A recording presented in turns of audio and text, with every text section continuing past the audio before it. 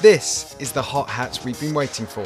Based on our 2013 Car of the Year and sharing similar mechanicals to the Golf GTI, the new Seat Leon Cupra should be very good indeed.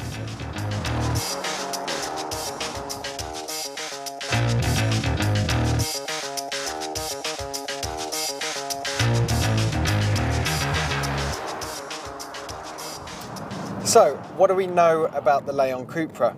Well, the first thing is you can get a whole range of different models. The entry-level version is a 3-door with a manual gearbox and 261 horsepower. Or you can get a 3 and a 5-door with a manual or a 6-speed DSG with 276 horsepower. All versions will have front-wheel drive, but they do come with a front limited slip differential and adaptive dampers as standard. Now, both those things are optional on the Golf GTI. So far then, so good. The styling is actually quite restrained for something this fast. There's a deeper front bumper, full LED headlights, 19-inch wheels on the 280 models, and around the back, 2 oval exhausts. But when the standard car looks so good, that's hardly surprising. It seems Seat wants to ditch the Cupra's boy racer image and aim for a higher class of customer.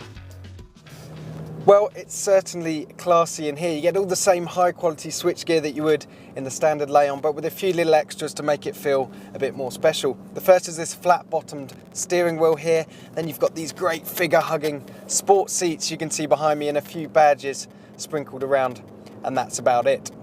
But what you really want to know is what's this thing like to drive? Well, it's a lot of fun. The steering, it's quite light, but it's really, really sharp. And when you turn into a tight corner like this and get back on the power, you can feel the limited slip differential shuffling the power to the outside wheel with the most grip and just slingshotting you out the other side.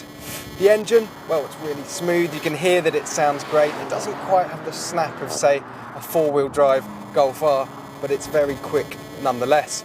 Now, Seat are dropping hints that this car could even be the fastest front-wheel drive hatch ever to drive around the Nürburgring. We're going to find out for definite at the Geneva show.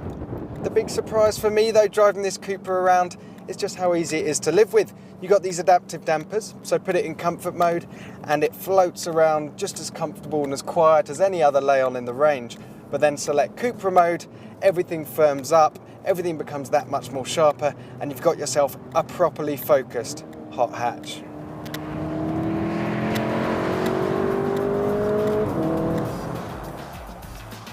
The Leon Cupra has always been a bit of a bit player in the hot hatch game, but believe me, that's about to change. Not only does this car look great, it drives brilliantly too, and it represents excellent value.